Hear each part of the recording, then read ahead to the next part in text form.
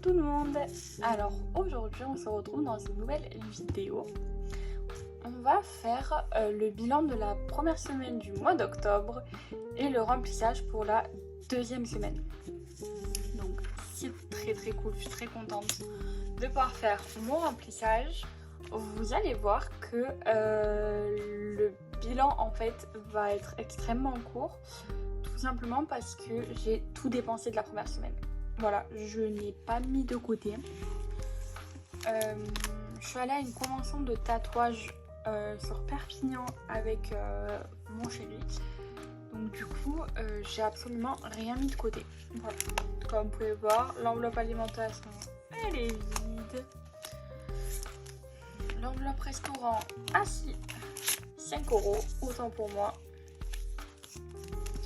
Loisirs, elle est vide. Et après, beauté shopping, vous savez que c'est l'enveloppe que j'ai au mois. Mais de toute façon, elle est vide également. Et l'enveloppe du verre extra, c'est pareil, je l'ai au mois. Et il me reste 1 centime. Voilà. Donc finalement, vous voyez, j'ai été mauvaise langue. Et en fait, il me reste quand même 5 €. J'ai réussi à sauver 5 €. Ce qui est déjà pas mal. On va donc de suite placer le billet dans mon défi. Quoique non. On va pas le mettre dans mon défi. Parce que pour une semaine, en fait, il va me manquer 5 €. Donc au lieu de les mettre dans le défi, je vais les rajouter pour la 4e semaine de la catégorie loisirs, je crois. Voilà. Donc vous voyez, quand on n'arrive pas à... Quand on dépense tout, ben en fait, c'est totalement ok. Dans le sens où j'ai dépensé seulement ce que j'avais dans mes enveloppes. J'ai pas dépensé en plus. Vous voyez ce que je veux dire? Donc du coup, ben, même si j'arrive pas à mettre de côté, ben, c'est pas grave, c'est totalement ok. Et c'est pas parce qu'il y a des mois où vous allez potentiellement rien mettre de côté qu'il faut dire qu'on n'arrive pas à faire des économies ou quoi, d'accord? Non. On a un petit budget du fait des petits revenus qu'on a. Donc déjà, si on n'arrive à pas dépenser en plus de nos enveloppes, franchement, c'est déjà super trop cool. C'est pas du tout français, mais c'est pas grave. Voilà, sachez-le que vraiment, c'est pas parce que on dépense tout que de suite on sait pas tenir le budget. Vraiment, c'est important. Alors, une fois cette petite mise au point, on va dire, on va passer donc au remplissage. Alors, hop, et 20, 40.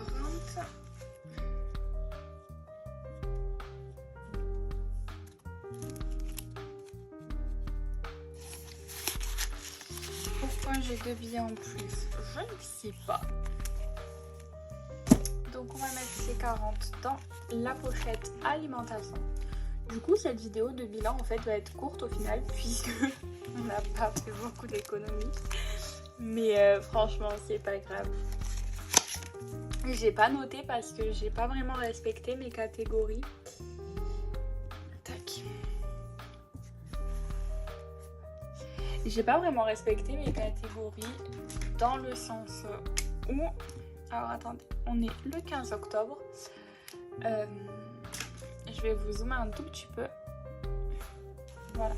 Donc je vous disais, j'ai pas respecté mes catégories parce que comme je vous ai dit, donc convention de tatouage. Donc j'ai payé à manger, j'ai payé le tatouage, enfin bref, tout ça. Donc ce qui fait que au final, c'est lors de cette convention. Donc franchement, j'ai pas écrit sur mes trackers parce que moi j'ai écrit vraiment quand ça respecte ma catégorie. Voilà. Hop, je vais juste dézoomer. Parfait. Donc on va mettre les 40 € que voici.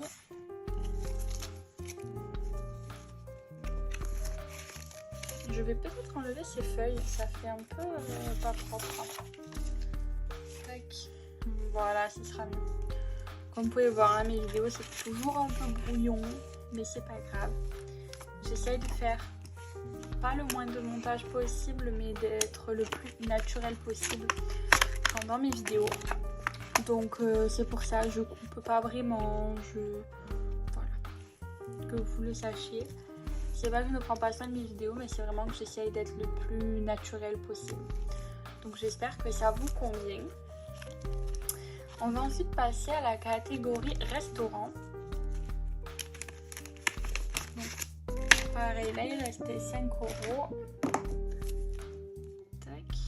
On va gommer, mettre la date aujourd'hui.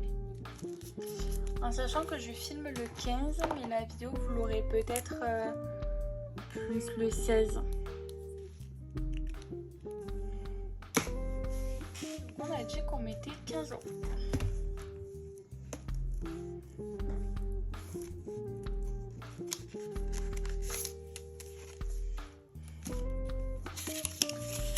Et voici.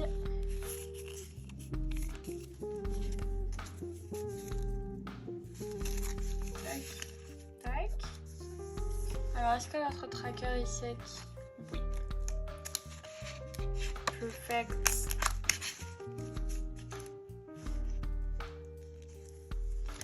Et enfin, on va faire la catégorie loisirs.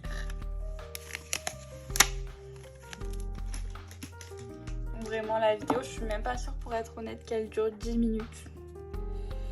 Mais bon, franchement, c'est grave ok. Donc on est le 15. Déjà, j'arrive à me tenir à faire des vidéos, ce qui est déjà pas improbable, mais plus en mode... c'est vrai que j'arrivais pas au mois de septembre. Je n'arrivais pas à filmer réellement toutes les semaines. Mais comme je vais pas vous mentir qu'au mois de septembre, mes enveloppes, je les ai pas vraiment faites. Et j'ai remarqué que ça m'a manqué à la fin du mois. Quand j'ai vu ce qui me restait sur mon compte et que je vois qu'à 2-3 jours de ma paye, je suis un peu en mode ah, j'ai plus de sous. Ça me plaît pas. Voilà pour la dernière catégorie.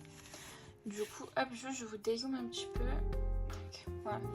Du coup, je vous disais, vraiment, quand à la fin du mois, je me suis rendu compte le mois de septembre que quelques jours avant ma paye, allez, une semaine avant ma paye, je l'attendais. Alors, j'étais pas à découvert, évidemment, hein. Mais je me disais, putain, si je veux sortir, en fait, je peux pas parce que j'ai un peu beaucoup dépensé. Tout simplement. Et je me disais vraiment... c'est pas ouf. Vraiment, c'est pas ouf parce que quand on fait les enveloppes budget, ce qui est bien, c'est que en fait, on n'angoisse pas de la fin du mois parce qu'on fait notre budget, nous, par rapport à nos dépenses. Évidemment, si on fait le budget base 0, tout va être dans les enveloppes et sur le compte, puisque le but du budget base 0, c'est que sur le compte, il reste 0 € à la fin du mois. Donc, ni en positif, ni en négatif, mais 0. Moi, par exemple, je ne fais pas ce budget-là. Parce que j'estime que c'est un peu trop risqué. On ne sait jamais si on a une dépense en urgence à faire ou quoi ou qu'est-ce. Pour moi, le budget base 0, quand on a des petits revenus, attention, c'est trop risqué. Et alors, quand on a des grands revenus, c'est aussi risqué. Mais bon.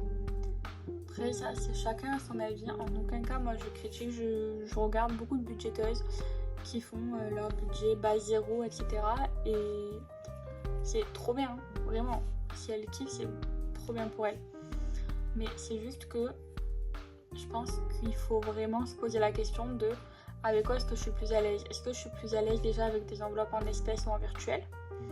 Déjà pour commencer. Est-ce que je suis plus à l'aise avec un budget base 0 ou pas un budget base 0? Parce que malgré tout, ça compte aussi. Hein.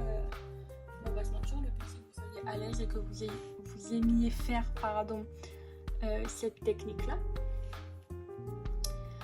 Et après, il faut trouver le bon calibrage de son budget. Quand je parle de bon calibrage du budget, désolée si je blablate trop à votre goût, mais je pense que c'est des questionnements qui peuvent être intéressants et qui sont aussi revenus sur Insta, donc j'essaye de vous répondre en vidéo. Mais on m'a dit, j'ai eu 3-4 messages en me disant comment est-ce que je peux être sûre que mon budget en fait il est bon pour tout le temps. un budget ne peut pas être valable 10 ans. Ça peut pas être le même budget parce que forcément votre situation familiale va peut-être changer, peut-être des enfants, des animaux, vous êtes en couple, vous allez vous retrouver célibataire, vous êtes célibataire, vous allez être en couple, enfin bref. Tout peut changer. Donc de ce fait, votre budget va également changer. Avec l'inflation aussi, il y a un impact direct sur le budget. Par exemple, en temps d'inflation, on peut peut-être se dire que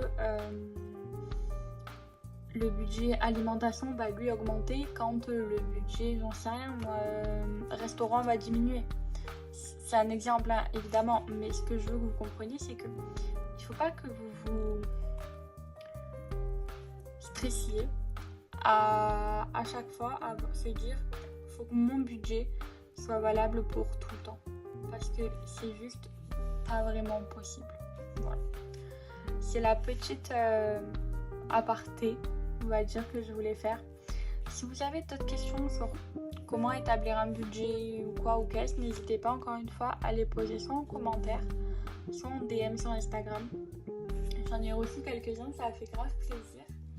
Mais voilà, vraiment, n'hésitez pas. Moi, je suis ravie de vous lire, de vous écouter, ou tout simplement de pouvoir échanger avec vous.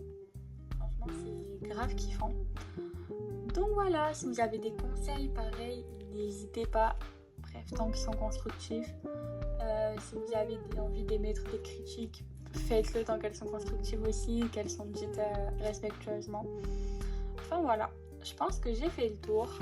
Désolée si la vidéo vous paraît trop courte ou si j'ai trop blablaté, mais personnellement j'ai trouvé ça chouette. Voilà, donc n'hésitez pas à me dire si vous aimez ou pas quand je blablate un peu comme ça. Je vous fais de très très gros bisous et on se retrouve la semaine prochaine sur YouTube. Bisous bisous.